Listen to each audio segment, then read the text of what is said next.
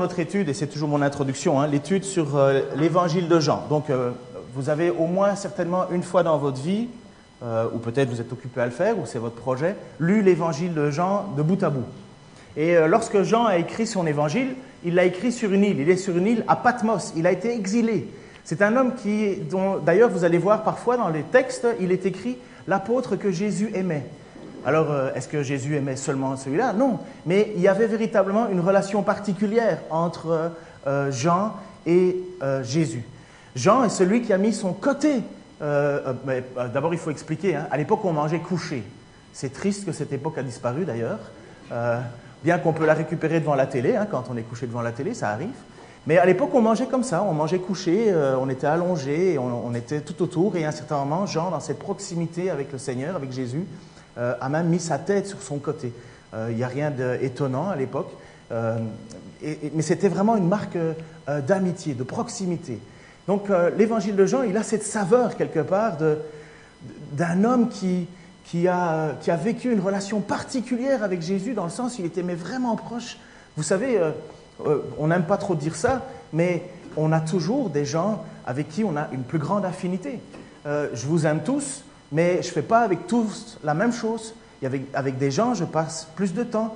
Vous comprendrez directement que déjà, avec ma femme, je partage plus d'intimité qu'avec tout le monde d'autre. Personne ne serait jaloux avec ça. Mais Jésus avait la même chose. Jésus avait aussi des apôtres qui étaient plus proches que lui. Ils étaient 12, et en même temps, si Jésus aime tout le monde, donne sa vie en sacrifice pour tout le monde, il y a véritablement, comme dans la vie de tous les jours, des relations, des choses qui passent plus, qui passent mieux.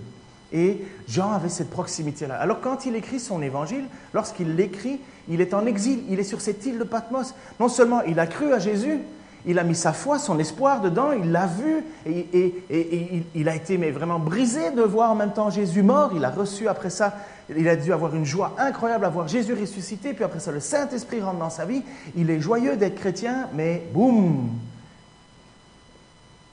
Le peuple juif à l'époque et les responsables, les autorités de l'époque ne veulent plus entendre parler des chrétiens, on les met tous dehors, c'est l'exil. Et Jean est exilé lui-même sur une île, et c'est une île qui n'est pas très agréable, c'est une île fermée, et il écrit en se remémorant certainement tout ce qu'il a vécu. Mais en même temps, le but, ce n'est pas de faire l'apologie de son ami, c'est de transmettre fidèlement le message qu'il a reçu. Et ce qu'on étudie aujourd'hui, dans l'Évangile, c'est le chapitre 9, 1 à 41, et c'est le passage où Jésus va guérir un aveugle. Alors, je le sais, pour certains, il y a la question que la guérison qui compte. Mes amis, si on ne s'arrête qu'à ça, on rate le message. Ça ne veut pas dire qu'il ne l'a pas fait, ça ne veut pas dire que la guérison n'existe pas, mais si on ne regarde que ça, on ne comprend pas l'objectif. Et vous allez voir pourquoi je me permets de parler de cette manière-là. Et je suis le premier à mettre tout mon espoir en Dieu pour la guérison, et heureusement en même temps dans les médecins, et en même temps dans tout l'ensemble, parce que Dieu utilise toutes ces choses-là. Mais l'apôtre Jean veut nous faire témoigner quelque chose, veut nous faire comprendre quelque chose qui est au-delà d'un aveuglement physique. Et vous allez voir au fur et à mesure de ce qu'on va avancer dans ce passage-là, j'espère que ça va devenir clair pour vous. Il va y avoir un petit passage aussi vidéo, parce que je me suis dit, tiens, est-ce que je pourrais lire tout le passage de 1 à 41? Mais non, il y a quelque chose de tout nouveau qui est en train d'arriver. Il y a un nouveau film sur l'histoire de Jésus qui est en train de sortir, qui est excessivement bien fait. Et ça s'appelle l'Humo Project. Pour le moment, c'est en anglais. On le trouve sur Netflix traduit en français. Et dans l'avenir, il va y avoir l'évangile de Marc qui va être fait, l'évangile de Luc qui va être fait, l'évangile de Matthieu et l'évangile de Jean est déjà fait. Vous allez être étonnés parce que certainement dans votre tête, vous voyez dans votre vie un beau Jésus. Un Jésus avec une peau pas de bouton. Un Jésus avec une rasée proprement. Vous avez certainement une fausse image de qui est Jésus. Parce que finalement, personne ne sait à quoi il ressemblait. Alors je vous le dis parce que le Jésus dans le film ne ressemble pas au Jésus que je m'étais déjà fait comme idée. Mais ceci dit, ce n'est pas Jésus. C'est juste un acteur, ok? C'est juste un acteur. Mais la manière dont le film a été tourné est vraiment fidèle au texte. Elle s'inspire sur... vous allez entendre en fait une voix off qui récite le texte continu. Et on n'entend pas, ou on entend très peu les gens parler. Donc je vous préviens, ne soyez pas déçus de la tête de Jésus, ce n'est pas la tête de Jésus. Si nous regardons deux images, première image, Ah, j'ai perdu mon image. C'est pas grave. On va mettre la deuxième image. Qu'est-ce que vous voyez? Alors, qui voit... Levez la main, juste la main. Qui voit une vieille dame?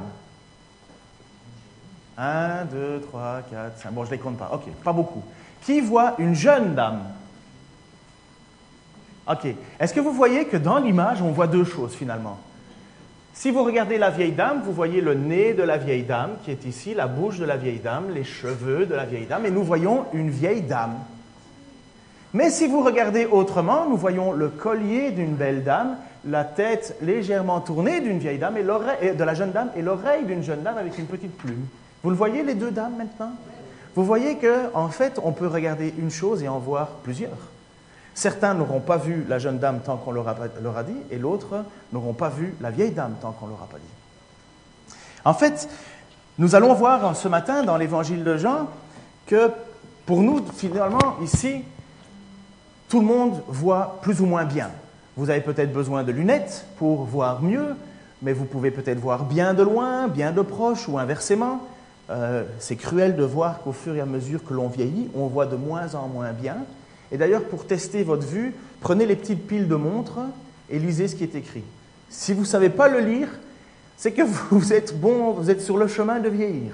Parce que l'ennui, c'est avec les petites piles, c'est que si tu veux voir, et les yeux, c'est qu'en général, tu recules les choses pour les voir mieux avec l'âge. Enfin, en tout cas pour moi. Mais c'est tellement petit qu'au plus je la recule, je vois encore moins. Alors, c'est là. Donc, merci à ceux qui ont inventé les lunettes et la loupe. Alors, nous ici, ce matin, je ne pense pas qu'il y a quelqu'un qui est aveugle. Ça peut arriver qu'on devienne aveugle. La cécité arrive. On peut devenir aveugle suite à un accident. On peut devenir aveugle suite à une maladie. On peut devenir aveugle suite à la vieillesse. Mais c'est encore différent lorsqu'on est aveugle, lorsqu'on est sans jamais avoir vu de sa vie. Quelqu'un qui devient aveugle au fur et à mesure sait ce que c'est que la lumière et la nuit. Il sait faire la différence entre l'obscurité et la lumière. Il sait faire la différence dans les reliefs. Il sait faire la différence entre plus ou moins les couleurs. Mais quelqu'un qui n'a jamais vu la lumière, qui n'a jamais vu de sa vie, il ne sait pas ce que c'est la lumière. Il ne sait pas ce que c'est le soleil. Il en ressent les effets. Il ne sait pas ce que c'est que la beauté d'une fleur. Il ne le sait pas. Il ne peut pas se l'imaginer. Il ne l'a jamais vu. Il ne peut entendre que ce qu'on va lui décrire. Et Jésus est, à un certain moment, et c'est la suite de nos évangiles, on est au chapitre 8, Jésus est dans le temple. Et il a passé énormément de temps à discuter avec les responsables religieux qui, lui, à un certain moment, sont tellement fâchés contre lui qu'ils veulent lui jeter des pierres, comme on jette des pierres sur un chien. Pourquoi? Parce que Jésus leur a déclaré quelque chose. Jésus leur a déclaré au chapitre 8, « Je suis la lumière du monde. Celui qui me suit ne marchera pas dans les ténèbres, mais il aura la lumière de la vie. » Et à un certain moment, Jésus va même dire aux responsables religieux qui étaient là, « Je suis ». Et ça, c'était le blasphème absolu, parce que ça voulait dire que Jésus disait qu'il était Dieu. Donc, on met la table pour comprendre un peu ce qui va se passer après. Donc Jésus déclare qu'il est la lumière du monde, et que celui qui le suit ne marchera pas dans les ténèbres, mais il aura la lumière de la vie. Et il est face maintenant à des responsables religieux qui ne voient pas. Ils voient, mais ils ne voient pas. Un peu comme la première image qu'on a vue au départ, ils voient une chose, mais ils ne voient pas l'autre. Et Jésus va être là, en train de leur parler de réalité spirituelle, alors qu'eux ne regardent que des principes humains. Il va y avoir cette discussion tellement frappante, tellement choquante. Si aujourd'hui, dans cette église, je vous dis, moi je prends des cailloux et je les jette à Jésus, c'est un scandale, ok? Mais le Fils de Dieu, le Dieu fait homme et marche au milieu des hommes, arrive au milieu de son peuple, devant les responsables religieux qui devaient normalement l'attendre, l'enseigner, préparer le peuple à sa venue, prennent des cailloux et sont prêts à lui jeter comme si on le jetait à un chien. Pour nous, Jésus, c'est le Seigneur, c'est le Sauveur. On lui a chanté ce matin, même sans les images, parce qu'on s'était trompé dans les PowerPoint, mais même sans les images, on le chante, enfin sans les paroles. On chante Dieu, on glorifie Dieu, on prie Dieu, on met notre espoir en Dieu. Eux prennent des cailloux et lui jettent. Mais comment se fait-il qu'il y a cette si grande différence, ce fossé au milieu?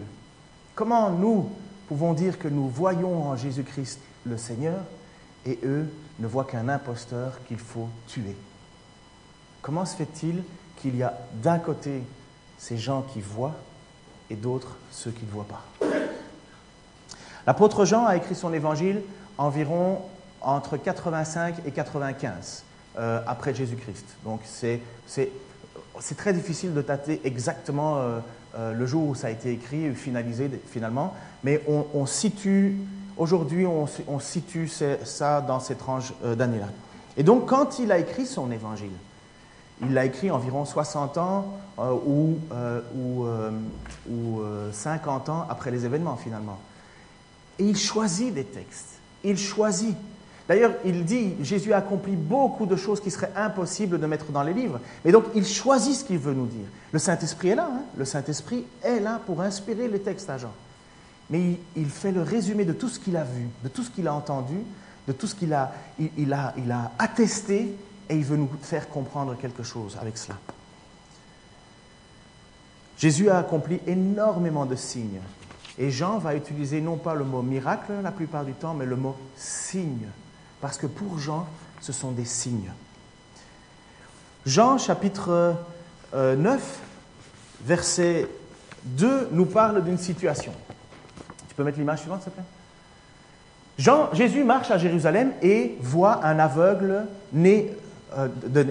aveugle de naissance en train de mendier. Et les disciples sont là et ils lui disent « Mais Seigneur », et il va poser la même question que nous posons. Mais pourquoi les handicaps? Pourquoi les gens peuvent naître handicapés? Pourquoi est-ce que celui-là est né aveugle finalement? Mais quel est le problème? D'où ça vient? Est-ce que c'est sa faute? Est-ce que c'est lui qui a commis le péché? Ou est-ce que ce sont ses parents, puisqu'il est né aveugle? Donc forcément, ce serait le péché de ses parents. Et finalement, les apôtres posent cette question comme presque à l'époque on répondait. Comme les amis de Job ont répondu. Ah ben forcément, c'est lié au péché. C'est lié à la faute. Attention ici, il ne faut pas se tromper en tant que chrétien. Tous les péchés, toutes les infirmités ne sont pas dues au péché, mais l'inverse n'est pas vrai non plus, n'est pas faux non plus. Dans l'épître de Paul aux Corinthiens, voici ce qu'il écrit au sujet de chrétiens qui se conduisent mal, qui vivent mal. Tu peux mettre l'image suivante? Et c'est au sujet de mal prendre la Sainte Seine. Et je vous ai déjà expliqué que mal prendre la Sainte Seine, ce n'est pas de dire « Oh, est-ce que j'ai vécu une bonne journée avec Jésus, une bonne semaine? Est-ce que je suis un peu hypocrite ou pas ?» On l'est quasi tous. Mais non, c'est la façon dont je règle ma vie avec mes frères et sœurs. Est-ce que je vais prendre le symbole qui nous unit et finalement je suis en colère contre toi, je ne te pardonne pas, toi certainement pas, je ne te pardonne pas, et après ça on va prendre la Sainte Seine et on va dire « Ah, merci Seigneur Jésus pour avoir donné ta vie pour moi, et puis les autres, je m'en fous. » Ça, c'est une condamnation du Seigneur. Parce que justement, la désunité, c'est ce que Jésus ne veut pas voir. Et voilà pourquoi est-ce que l'apôtre Paul, à un certain moment, dit que chacun donc s'examine lui-même et qu'ainsi il mange du pain et boive de la coupe, car celui qui mange et boit sans discerner le corps, l'Église, mange et boit un jugement contre lui-même. C'est pour cela qu'il y a parmi vous beaucoup d'infirmes et de malades, et que plusieurs sont morts. Si nous nous examinons nous-mêmes, nous ne serions pas jugés. Mais quand nous sommes jugés, c'est le Seigneur qui nous corrige afin que nous ne soyons pas condamnés avec le monde. Et voici pourquoi je vous dis que c'est une question collective. Ainsi, c'est le résumé de ceci, ainsi mes frères et sœurs, lorsque vous vous réunissez pour le repas, attendez-vous. C'est parce qu'à l'époque, les gens ne s'attendaient pas. C'était chacun pour soi et Dieu pour tous. Alors que l'apôtre Jean va clairement définir. Tu dis que tu aimes Dieu, mais que tu n'aimes pas ton frère, tu es un menteur. Comment est-ce qu'on peut savoir que nous appartenons à Dieu? À l'amour que nous avons les uns pour les autres. Et ça, c'est un effort. Hein? Ça, c'est un effort. Dans Jean chapitre... Acte 3, 5, chapitre 5, versets 3 à 5. La fameuse histoire d'Ananias et Saphira. Vous vous souvenez? Ils ont vendu un champ parce qu'à l'époque, il y avait un élan de générosité dans l'Église et les gens vendaient leur terrain pour pouvoir faire en sorte d'avoir des liquidités et faire en sorte que chacun mange et boive à sa faim parce qu'il y avait des besoins. Et les gens le faisaient naturellement. Sauf que Ananias et Saphira ont décidé de vendre un champ, ce qu'ils avaient le droit de faire, et de donner l'argent, et ce qu'ils avaient le droit de faire, sauf qu'ils avaient menti. Ils avaient certainement vendu le champ, peut-être on va dire quoi, 100 000, on va prendre un chiffre au hasard, 100 000 euros. Et alors ils arrivent devant les apôtres et ils disent, oui, on a vendu le champ 75 000 euros. Mais l'apôtre Pierre lui dit, mais tu fais ce que tu veux de ton argent, mais pourquoi tu mens au Saint-Esprit?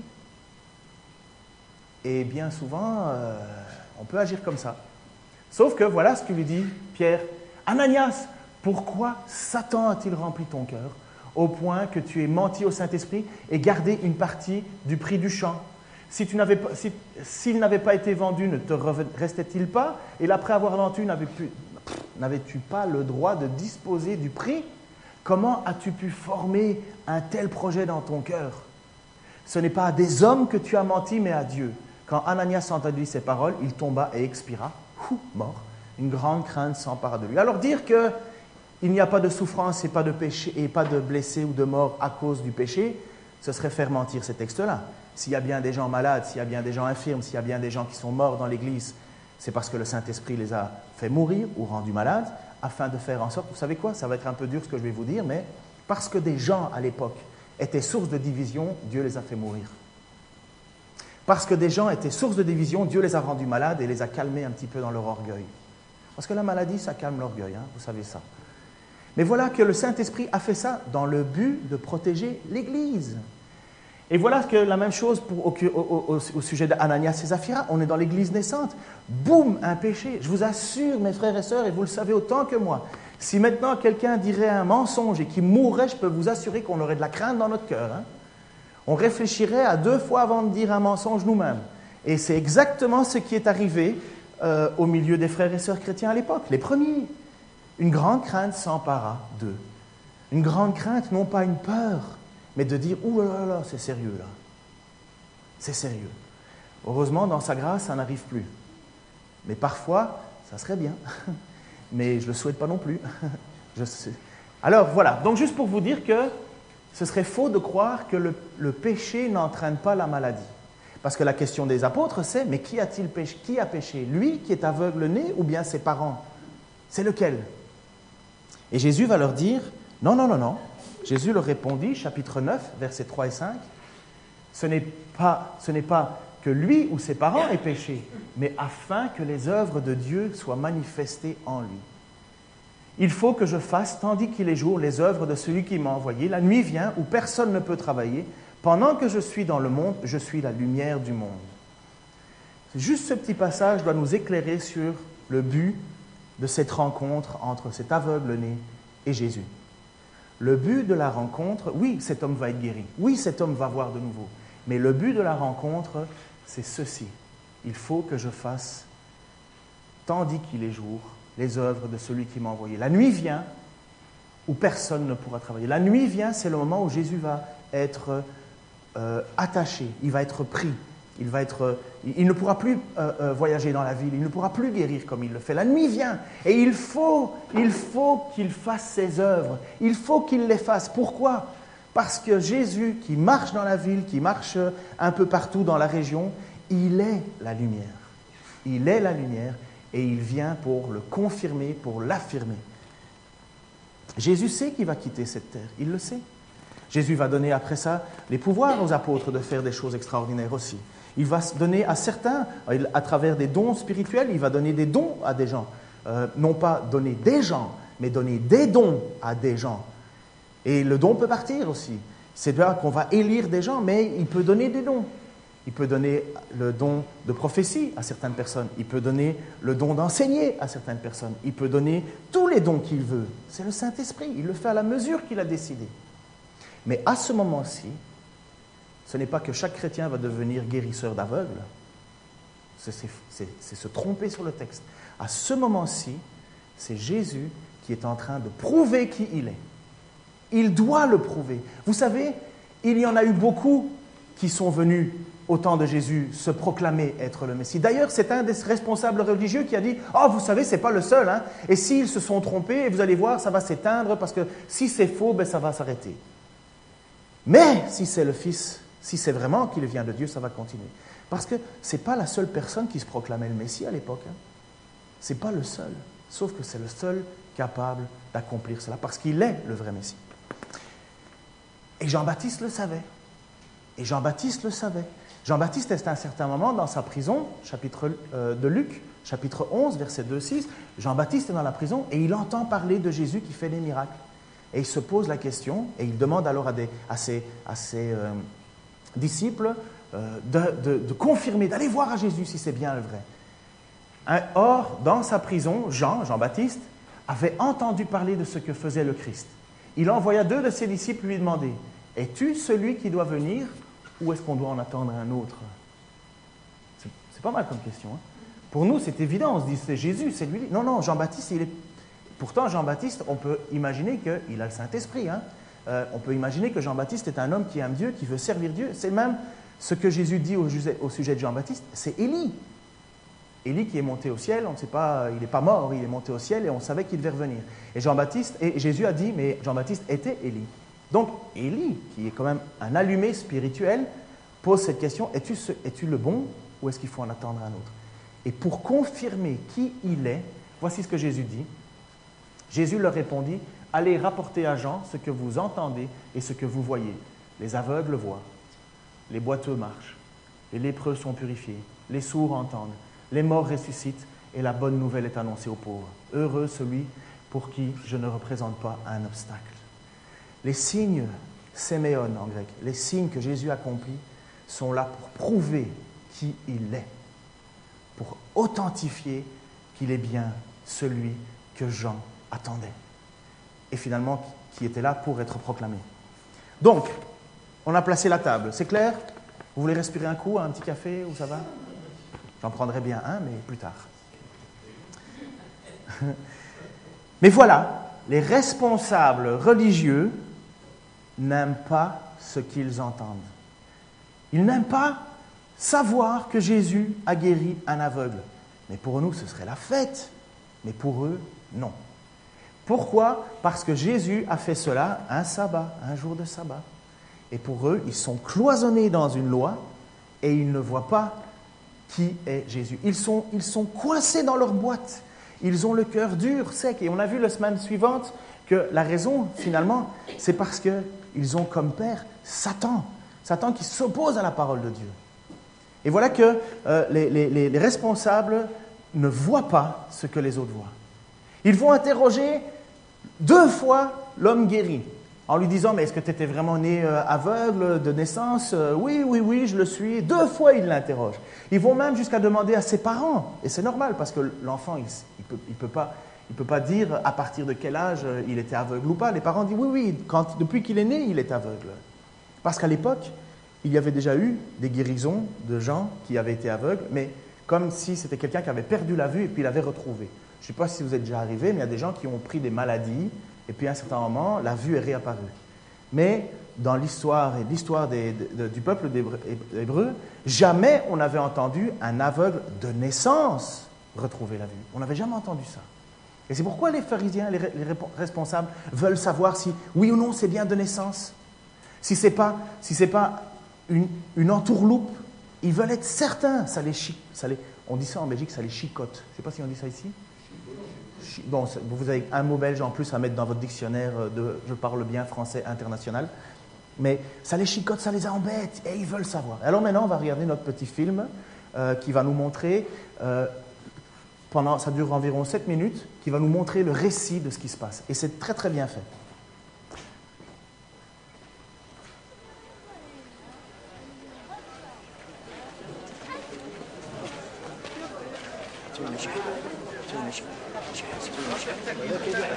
Sur le chemin, Jésus voit un homme qui est aveugle depuis sa naissance. Les disciples de Jésus demandent, « Maître, cet homme est aveugle depuis sa naissance, donc qui a péché, lui ou ses parents ?» Jésus répond, « Ni lui ni ses parents. » Mais puisqu'il est aveugle, on va reconnaître clairement que Dieu agit pour lui. Pendant le jour, nous devons accomplir le travail de celui qui m'a envoyé. La nuit arrive et personne ne pourra travailler. Pendant que je suis dans le monde, je suis la lumière du monde.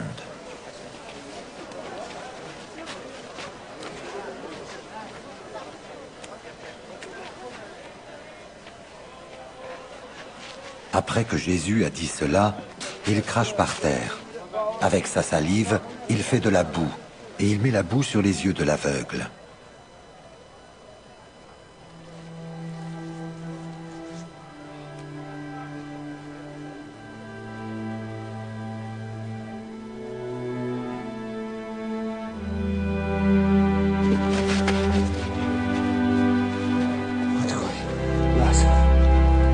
Ensuite, il lui dit, « Va te laver dans l'eau à Siloé. » Le nom Siloé veut dire « envoyé ».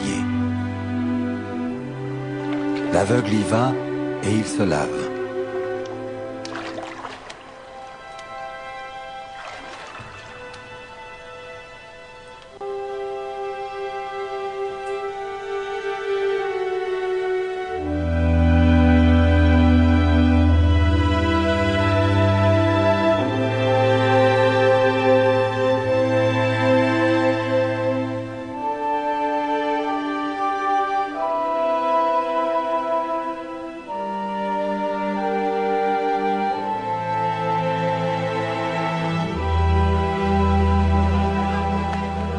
Quand il revient, il voit clair. Cet homme était un mendiant. Ses voisins et ceux qui avaient l'habitude de le voir avant disent « Est-ce que ce n'est pas l'aveugle qui était assis et qui mendiait ?» Les uns disent « Oui, c'est lui ». D'autres disent « Non, c'est quelqu'un qui lui ressemble ». Mais l'homme dit « C'est bien moi ». Alors les gens lui demandent « Tes yeux se sont ouverts comment ?» Il répond « L'homme qu'on appelle Jésus a fait de la boue. Il l'a mis sur mes yeux et il m'a dit « Va à Siloé et lave-toi ». J'y suis allé, je me suis lavé, et maintenant je vois clair. Les gens lui demandent « Où est-il cet homme ?» Il répond « Je ne sais pas ». On conduit chez les pharisiens l'homme qui avant était aveugle. Le jour où Jésus a fait de la boue et a ouvert les yeux de l'aveugle, c'était le jour du sabbat. Les pharisiens, eux aussi, demandent à l'homme « Tu vois clair maintenant ? Qu'est-ce qui s'est passé ?» L'homme leur dit « Il m'a mis de la boue sur les yeux. Je me suis lavé et maintenant je vois. » Quelques pharisiens disent « L'homme qui a fait cela ne vient pas de Dieu. En effet, il ne respecte pas le jour du sabbat. » Mais d'autres disent « Un homme qui est pécheur ne pourrait pas faire des signes aussi étonnants. » Les pharisiens ne sont pas d'accord entre eux. Alors ils demandent encore à l'homme qui était aveugle « Et toi, qu'est-ce que tu dis de celui qui t'a ouvert les yeux ?» Il répond « C'est un prophète. » Mais les chefs juifs ne veulent pas croire que cet homme était aveugle et que maintenant il voit clair. C'est pourquoi ils font venir ses parents et ils leur demandent « Est-ce que cet homme est bien votre fils? Vous dites qu'il est aveugle depuis sa naissance. Maintenant il voit. Qu'est-ce qui s'est donc passé ?» Les parents de l'homme répondent « Nous le savons, c'est bien notre fils et il était aveugle depuis sa naissance. Maintenant il voit clair, mais ce qui s'est passé, nous ne le savons pas. Qu'il lui a ouvert les yeux, nous ne savons pas. Interrogez-le, il est assez grand, il répondra lui-même. » Les parents disent cela parce qu'ils ont peur des chefs juifs. En effet, ceux-ci se sont déjà mis d'accord. Ils vont chasser de la maison de prière tous ceux qui affirment « Jésus est le Messie ». C'est pourquoi les parents de l'homme disent « Il est assez grand, interrogez-le. » Alors pour la deuxième fois, les pharisiens appellent l'homme qui était aveugle et ils lui disent « Dis la vérité devant Dieu, nous le savons. Celui qui t'a guéri est un homme pécheur. » Il leur répond « Je ne sais pas si c'est un pécheur, mais je sais une seule chose. J'étais aveugle et maintenant je vois clair. » Il lui demande « Qu'est-ce qu'il t'a fait? Comment est-ce qu'il t'a ouvert les yeux ?» L'homme leur répond « Je vous l'ai déjà dit, mais vous ne m'avez pas écouté. Vous voulez l'entendre une deuxième fois? Pourquoi donc? Vous avez peut-être envie de devenir les disciples de Jésus, vous aussi? » Alors ils se mettent à l'insulter. Ils lui disent « C'est toi qui es le disciple de cet homme. Nous sommes les disciples de Moïse. Nous savons que Dieu a parlé à Moïse. Mais cet homme-là, nous ne savons pas d'où il vient. » L'aveugle guéri leur répond « Voilà une chose étonnante. Il m'a ouvert les yeux et pourtant vous ne savez pas d'où il vient. Nous le savons, Dieu n'écoute pas les pécheurs, mais il écoute celui qui est fidèle envers lui et qui fait sa volonté. On n'a jamais entendu dire quelqu'un a ouvert les yeux d'un homme qui est né aveugle. L'homme qui fait cela vient de Dieu, sinon il ne pourrait rien faire. » Ils lui répondent « Depuis ta naissance, tu es tout entier dans le péché, et tu veux nous apprendre quelque chose ?» Alors ils le mettent dehors.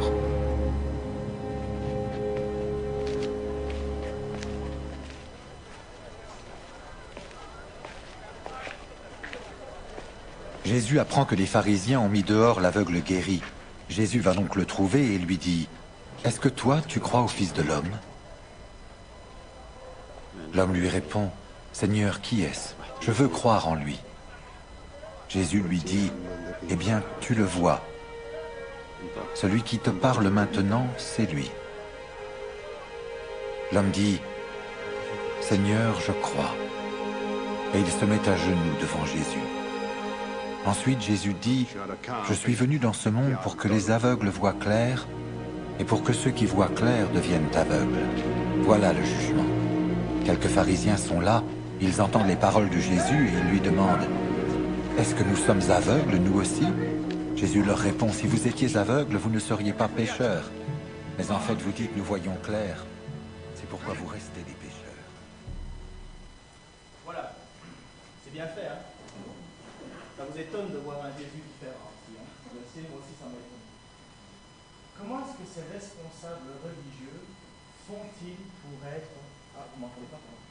Comment ces responsables religieux font-ils pour être aussi obtus? Ils mènent une enquête. Ils ont la preuve formelle que cet homme était aveugle de naissance. Ils le voient guéri, mais ils sont fermés. Et cet homme, tout simple, mais combien intelligent, hein, avec une petite pointe de sarcasme en disant « Mais vous voulez devenir son disciple que vous me posez autant de questions. » Mais vous voyez en même temps que dans le texte, ils disent que certains pharisiens et certains responsables aussi le doutent. Il faut mettre ça à leur crédit. Il y en a certains qui disent il a triché envers le sabbat, il n'a pas respecté la loi du sabbat, donc il ne peut pas venir de Dieu. Et d'autres, dans les responsables, disent oui, mais attention, personne ne peut accomplir des choses comme ça s'il ne vient pas de Dieu. Donc on voit quand même qu'il y a un petit doute. Mais finalement, la sentence tombe sur cet homme. Et c'est une petite parenthèse dans nos vies aussi, mais parce qu'ils ont accepté Jésus-Christ, parce qu'il a accepté Jésus-Christ, il n'a plus le droit d'aller maintenant dans la maison de prière. Il ne peut plus aller au temple. Il est rejeté. Rejeté de la communauté, rejeté du monde qui était le monde naturel. Tout était tourné autour de la vie spirituelle là-bas. Il est rejeté. Tu crois en Jésus? Tu crois dans celui qui t'a guéri? Comment ne pas croire, premièrement? Dehors, rejeté. Les parents de cet homme avaient peur. Et ils ne voulaient pas aller plus loin dans le témoignage en disant mais demandez-lui, il est assez grand, parce que les gens et les responsables avaient déjà décidé que ceux qui suivraient Jésus seraient rejetés. Et vous savez, c'est une réalité. Hein. Pour moi, je n'ai pas vraiment vécu ça. Mes parents ne partagent pas forcément ce que je crois, mais je n'ai pas dû sortir de ma maison. Mais il y a des gens qui ont dû, parce qu'ils ont accepté le Seigneur Jésus-Christ, ils ont dû quitter la maison. Et ça arrive encore aujourd'hui. Et même plus, vous le savez. On a beau maintenant se poser la question, comment ça se fait? Comment ça se fait que, malgré ces évidences, malgré cette preuve, malgré tout cela, ces gens sont incapables de voir? Et à côté de ça, tu as des gens qui sont illuminés, nouvelle vie. J'ai beau tourner honnêtement la question dans tous les sens, il faut revenir aux paroles de Jésus.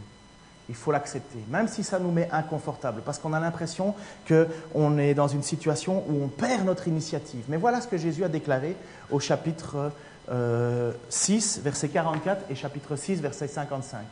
« Personne ne peut venir à moi, à moins que le Père qui m'a envoyé ne l'attire, et moi, je le ressusciterai le dernier jour. » Et il ajouta, « Voilà pourquoi je vous ai dit que personne ne peut venir à moi, afin que cela soit donné par mon Père. » Honnêtement, pourquoi et comment se fait-il que ces gens qui sont des religieux, qui ont une volonté de suivre Dieu, de plaire à Dieu finalement, parce que toute leur vie est inspirée par ça, ne sont incapables de reconnaître le Messie qu'ils attendent? Vous avez beau le tourner dans tous les sens, c'est incompréhensible. Pourquoi certains le reconnaissent, pourquoi d'autres ne le reconnaissent pas? Et voilà ce que Jésus dit, quelques chapitres avant, 3 chapitres avant. Personne ne peut venir à moi, à moins que le Père l'attire. Ah, vous allez vous dire, ah, mais ça, c'est pas chouette, hein, pour ceux qu'ils n'attirent pas. Pensez ce que vous voulez. Moi, je me soumets à ce que l'Écriture me déclare et je me mets devant une réalité. Il y a des gens à qui je parle de l'Évangile, ils en ont mais strictement rien à faire. Hein. Je pourrais même leur mettre un aveugle guéri, ils n'en ont strictement rien à faire. Il ne faut pas croire, parce que j'en connais, hein, des gens qui pensent que la seule chose qui va faire la différence, c'est des miracles. Ils veulent des miracles partout. Ça n'a pas servi à l'époque. Ça ne servira pas plus aujourd'hui. Ah oui, les gens voudront une meilleure vie, ça c'est sûr. Hein. Mais est-ce qu'ils auront accepté Jésus-Christ dans leur vie comme Seigneur et Sauveur? C'est ce que Jésus a déclaré à un certain moment à des gens. Vous venez ici juste parce que vous avez reçu du pain et du poisson, mais vous ne comprenez pas le sens de mes paroles. Ce n'est pas mes paroles ce que je suis en train de dire, c'est les paroles de Jésus. Parce que Jésus a une mission bien plus importante que guérir un aveugle. Jésus a une mission bien plus importante que nourrir un estomac. Pour le moment, tant qu'il est au milieu du monde, il est la lumière du monde et il a un message à faire passer. Et Jean-Baptiste a dit, c'est toi ou c'est un autre? Non, non, c'est moi, parce que Jésus va faire quelque chose de plus exceptionnel, de plus extraordinaire, de plus magnifique. C'est qu'il ne va pas faire en sorte que juste une personne voit la vue et la vue. Il va faire en sorte que des millions et des millions aujourd'hui de gens qui proclament Jésus comme Seigneur et Sauveur ont l'assurance de la vie éternelle. Si ce n'est que pour ce monde que nous sommes sauvés, ça ne sert à rien, mes amis.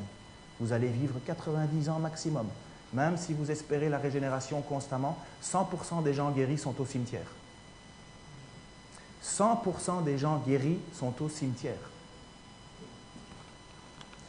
Si on reprend la vie de l'apôtre Paul, qu'est-ce qu'il a dit à un certain moment? Et comment ça se fait que l'apôtre Paul, qui était le plus pharisien de tous les pharisiens, le plus zélé de tous, comment se fait-il que cet homme a donné sa vie au Seigneur? Regardons son histoire. Voici ce que Paul définit de lui-même.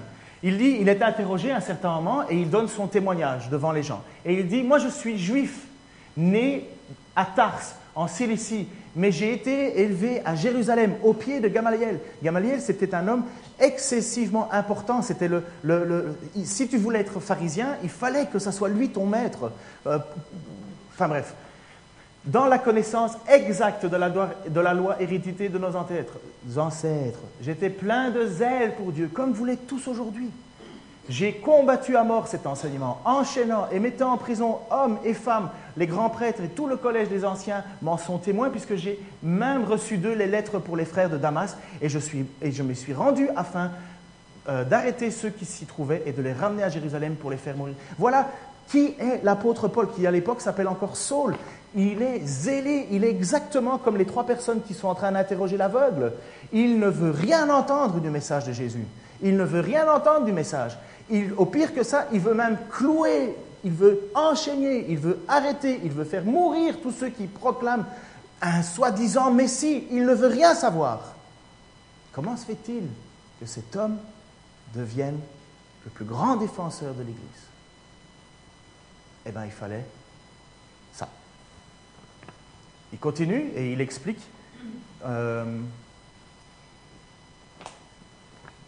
Oui, tu as raison. Il fallait que s'accomplisse la parole. Jésus leur parla de nouveau et il leur dit, « Je suis la lumière du monde. Celui qui me suit ne marchera pas dans les ténèbres, mais il aura au contraire la lumière de la vie. Et pendant que je suis dans le monde, je suis la lumière du monde. » Il fallait que l'apôtre Paul, comme les autres, soit illuminé par Dieu lui-même. Sauf que pour l'apôtre Paul, il a vécu une conversion que nous ne connaissons pas. Est-ce que j'ai bien le passage, Acte 22, 9 à 16 ? Parfait, tes lunettes sont bonnes. Donc, parce que j'avais peur de ne pas avoir le passage, mais voici comment matérialiser. Et ça n'arrive pas à tout le monde. Hein. Moi, je ne me suis pas converti, Dieu ne m'a pas converti de cette manière-là. Hein. Je ne pense pas que certains d'entre vous ont eu ça, mais j'ai déjà entendu des témoignages, des gens qui ont vraiment, dans leur prière, à un certain moment, prié Jésus et ils ont eu comme une lumière autour de eux. Je les crois, hein, je n'ai pas de doute, hein, le Seigneur n'est pas limité. Mais voici ce qui s'est passé pour l'apôtre Paul. Donc il est à Damas, il est sur ce chemin avec cette fameuse lettre qui est là pour aller enchaîner les chrétiens. Et tu peux mettre l'image suivante, s'il te plaît? Ceux qui étaient avec moi. Donc à un certain moment, il marche, et puis il y a une lumière qui apparaît. Et l'apôtre Paul tombe à genoux. Ceux qui étaient avec moi virent bien la lumière, mais ils n'en entendirent pas la voix de celui qui parlait. Donc, en fait, il y a d'autres qui disent qu'ils ont entendu la voix. En fait, le mot exact, c'est qu'ils ne comprenaient pas. Ils ne comprenaient pas. Ils savaient bien qu'il y avait quelque chose, mais ils ne comprenaient pas. La lumière, ils l'ont vue. Alors, je dis, que ferai-je, Seigneur? Et le Seigneur me dit, lève-toi, va à Damas, et on te dira tout ce que tu dois faire. Comme je ne voyais rien, à cause de l'éclat de cette lumière, c'était le passage où il est dit, Saul, Saul, pourquoi me persécutes-tu? Et lui, il a répondu, mais qui es-tu, Seigneur? Et il a dit, je suis Jésus que tu persécutes. Boum, il tombe à terre et aveugle. Étonnant. Comme je ne voyais rien à cause de l'éclat de cette lumière, ceux qui étaient avec moi me prirent par la main et j'arrivai à Damas. Or, un nommé Ananias, un homme pieux, selon la loi, et que tous les Juifs, et de qui tous les Juifs demeurant à Damas rendaient un bon témoignage, vint se présenter à moi et me dit, Saul, mon frère, recouvre la vue. Au même instant, je recouvrais la vue et je le regardais. Il dit, le Dieu de nos pères t'a destiné à connaître sa volonté, à voir le juste et à entendre ses paroles de sa bouche. Ça, juste une petite incursion. En fait, l'apôtre Paul va dire dans l'épître aux Galates qu'il a été enseigné par Jésus-Christ lui-même. Paul n'a pas vu de son vivant Jésus, dans le sens où enfin peut-être, on peut le supposer, mais il n'y a pas de texte qui nous font une rencontre entre Paul et Jésus pendant ce ministère-là. Peut-être ils se sont vus, croisés, mais peu importe. Mais l'apôtre Paul a été lui-même enseigné au ciel. Vous allez lire ça dans Galates, je vous encourage de lire les premiers passages, et vous allez voir, il dit, ce n'est pas des hommes que j'ai reçu cette révélation, c'est de Christ lui-même. Donc, le Dieu de nos pères t'a destiné à connaître sa volonté, à voir le juste, donc à voir Jésus-Christ, et à entendre les paroles de sa bouche. Comment pourrait-il le faire à ce moment-là, puisque Jésus était déjà mort quelque part, et ressuscité bien entendu. Donc l'apôtre Paul a bien eu une rencontre avec Jésus. Car tu lui serviras de témoin auprès de tous les hommes, des choses que tu as vues et entendues. Et maintenant, que tardes-tu? Lève-toi, sois baptisé et lavé de tes péchés en invoquant le Seigneur. Boum! Jésus-Christ est rentré dans la vie de Paul comme la lumière est rentrée dans la vie de tous ceux qui proclament Jésus-Christ, Fils de Dieu. Qu'est-ce qu'il a fait? Qu'est-ce qu'il a fait? Quelles bonnes œuvres il a fait? Qu'est-ce qu'il a fait comme arrangement avec Jésus? Comment se fait-il? Est-ce qu'il a fait un cours d'études bibliques juste avant? Qu'est-ce qu'il a fait pour être passé de ténèbres à la lumière? Qu'est-ce qu'il a fait? Qu'est-ce qu'on va mettre au crédit de l'apôtre Paul? Quelqu'un a une réponse? Moi, j'ai rien. Rien. La lumière est rentrée, bam, dans sa vie. Il est tombé à genoux, de aveugle qu'il était, et le texte nous parle ici plus matériellement que, et ce n'est pas une règle absolue, mais pour tout le monde, mais des écailles sont tombées de ses yeux. Un petit peu comme la première image qu'on a vue. Au départ, on voit seulement une chose. Puis, il y a comme des écailles qui tombent de nos yeux. Poum, on voit la deuxième. Il y a plein de jeux d'illusions d'optique. Amusez-vous sur Internet, ça vaut le peine. Parfois, vous n'allez même pas en croire vos yeux.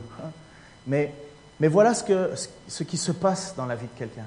Jésus-Christ rentre, il vient, et puis ça devient comme une évidence, une lumière, où on plie les genoux, on tombe à genoux. Et vous savez quel est le point commun entre Jésus, entre l'homme qui a eu les yeux guéris par Jésus et l'apôtre Paul?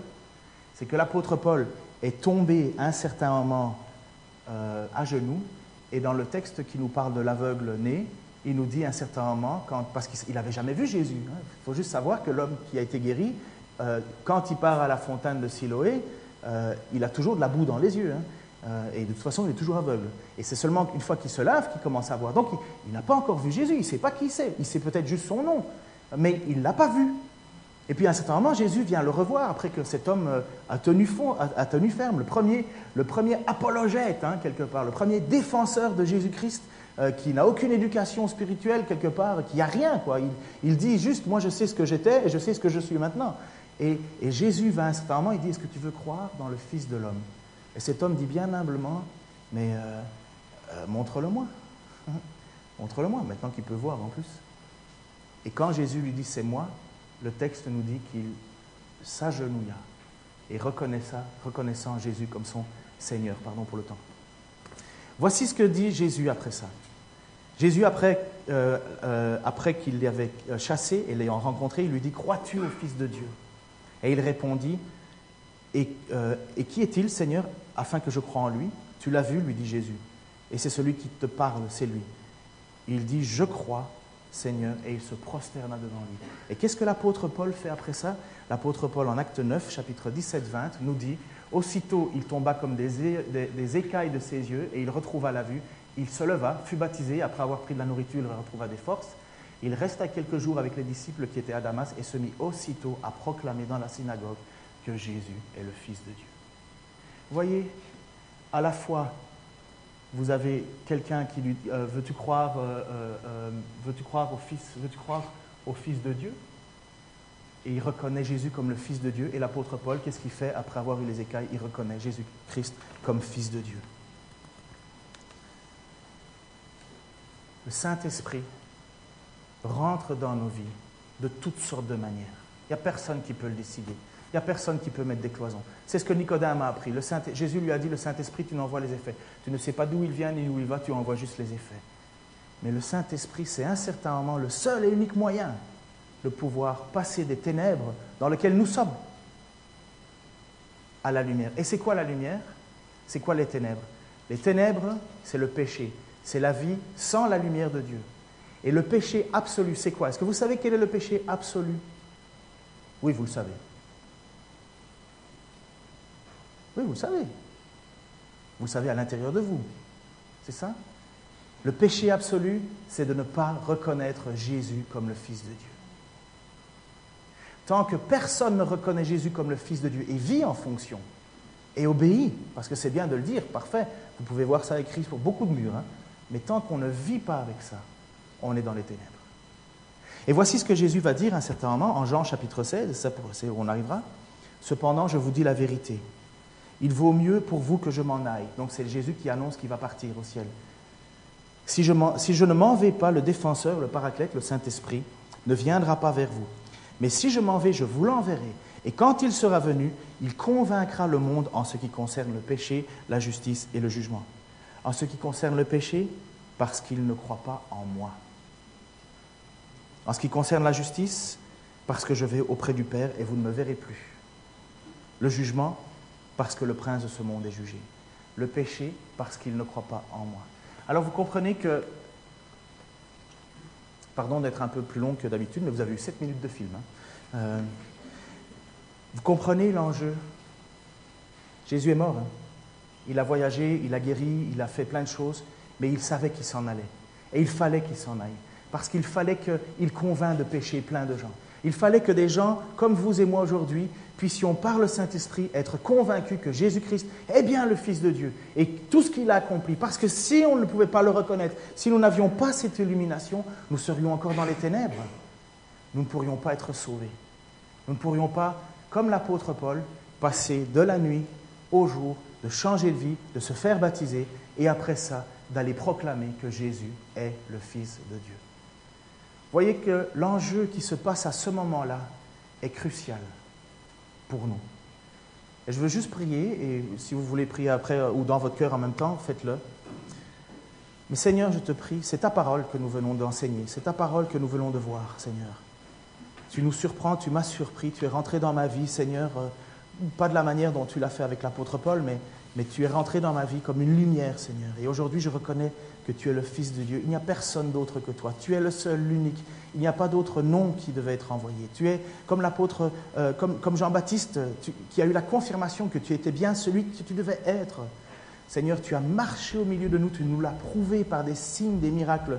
L'apôtre Jean l'a écrit, et je te remercie que tu as fait en sorte que je puisse avoir accès à cette vérité. Mais je sais que c'est ton esprit, Seigneur, qui m'a convaincu de mon péché. C'est ton esprit, Seigneur, qui m'a convaincu que je péchais contre toi en ne te reconnaissant pas comme Seigneur et Sauveur. Je te prie, Seigneur, pour tous ceux qui, en ce moment, ou par l'intermédiaire des messages qu'ils entendront sur Internet, puissent avoir cette conviction que tu es la lumière, que tu es la vie. Seigneur, que c'est seulement toi qui nous ôte des ténèbres, qui nous sort de ce milieu. Il n'y a que toi qui peut transformer nos vies complètement. Je te prie, Seigneur, aussi pour tous ceux d'entre nous qui avons et reconnaissons qui tu es. Je te prie, Seigneur, que tu fasses briller encore plus cette lumière. Seigneur, nous avons parfois dans nos façons de vivre, et tu le sais, tu nous connais, Seigneur, des manquements, des égarements. Seigneur, parfois nous avons peur aussi nous-mêmes d'être rejetés. Et nous ne savons pas trop comment faire pour gérer ce message extraordinaire, cette lumière que tu as mis en nous. Seigneur, aide-nous, transforme-nous, brise les choses qui dans nos vies nous empêchent d'être pleinement dans ta gloire, Seigneur. Père, il y a plein de choses qui nous empêchent. Et le péché nous empêche bien souvent de courir cette vie, de courir avec joie ce que tu nous proposes. Seigneur, je te remercie aussi pour tous ceux qui sont dans l'Église et ailleurs, et dans l'Église universelle que tu nous as donnée, qui sont des modèles pour nous, des exemples, des gens qui persévèrent et par leur persévérance, Seigneur, nous encouragent nous-mêmes. Seigneur, je te remercie que tu veilles sur ton Église. Je te prie, Seigneur, pour ceux ou celles qui, en ce moment même, doutent de toi. Et je sais que c'est seulement par ton Esprit, Seigneur, et uniquement par ton Esprit, que tu peux faire passer de quelqu'un des ténèbres à la lumière. Nous te le demandons comme une grâce encore. Nous savons que c'est ta mission et nous savons que tu nous as laissés sur la terre pour la continuer. Alors reçois encore ce matin, Seigneur, la louange de nos lèvres. Nous allons te glorifier, te remercier parce que tu nous as fait rentrer et tu nous as fait passer de l'ombre à la lumière. Merci, Seigneur Jésus-Christ. Amen.